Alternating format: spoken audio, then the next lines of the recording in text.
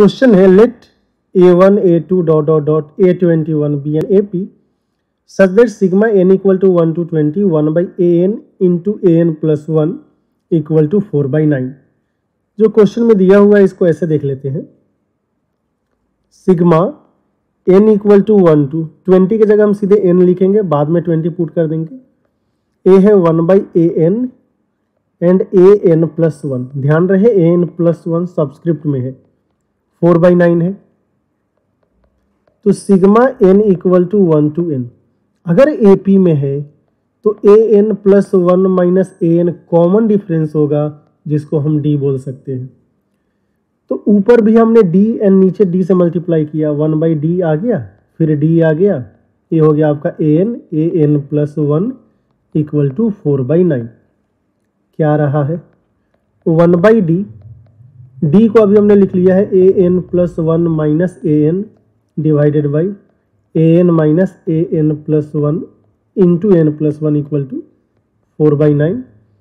अगर अलग अलग करेंगे तो आ जाएगा 1 by d sigma 1 by an minus 1 by an plus 1 equal to 4/9। बात समझ में आ गई। इधर से क्या आ जाएगा, अच्छा n equal to 1 to n लिखना है ना। अगर हमने n के प्लेस पे n प्लस 1 पुट किया तो सेकेंड टर्म आ रहा है। तो जो n के रिस्पेक्ट में छोटा होता है उसमें स्मॉलर लिमिट या लोअर लिमिट क्या हो गया, a1 हो जाएगा। और जो n के रिस्पेक्ट में बड़ा होता है उसमें अपर लिमिट, तो आ जाएगा 1 by an प्लस 1, इसका वैल्यू है 4/9। क्वेश्चन में क्या दिया है कि ये जो n का वैल्यू 20 है, तो a से 20 हो जाएगा आपका 1 by d, ऊपर आ जाएगा a 21 minus a1 by a1 into a20 equal to 4/9। यहाँ तक कि a20 माइनस a1 टोटल कितना होगा 20d हो जाएगा, तो 20d by d a1 a20 21 है ना, हाँ a21 इक्वल टू 4/9।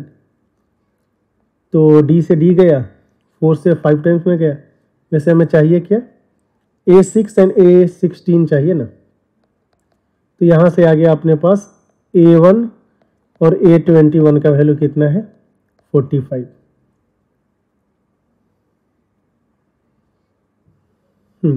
और क्वेश्चन में ये भी दिया कि सम ऑफ AP इज 189। अरे ये तो भूल ही गए थे।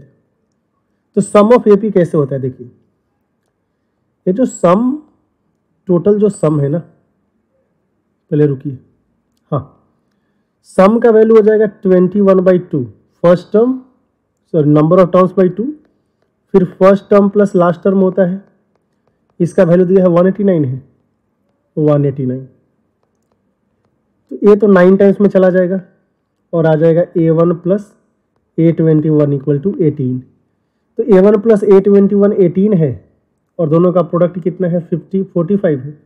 तो हम बोल सकते हैं कि a1 का वैल्यू 3 ले लिया और a21 का वैल्यू क्या ले लिया 15, क्योंकि सेटिस्फाई कर रहा है।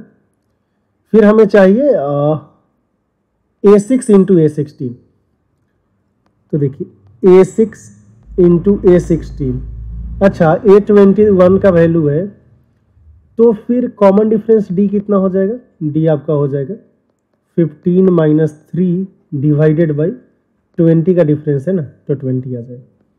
a आ गया 12/20, 12/20 को आप क्या लिख लेंगे 3/5, यही है। सो a6 इंटू a16 का मतलब क्या हो गया कि अभी है अपने पास a1 प्लस 5d और a1 प्लस 15d। तो 5d का वैल्यू कितना हो जाएगा, अच्छा a1 3 है, 5d, d का वैल्यू 3/5 है, तो 5d आ जाएगा 3 और 3 प्लस 15d आ जाएगा 9। तो आ गया 6 इंटू 12, आंसर है 72। सही आंसर 72 है। देख लेते हैं 72 ऑप्शन में है या नहीं है, तो ऑप्शन क्या हो जाएगा 3। तो उम्मीद है आपको ये सॉल्यूशन समझ में आया होगा। हमने यहाँ पे किस पॉइंट का यूज किया कि अगर AP में है तो कॉमन डिफरेंस सेम होगा, इसलिए हमने ऊपर d नीचे d से मल्टीप्लाई कर दिया। तो फिर मिलेंगे अगले वीडियो में एक नए क्वेश्चन के साथ।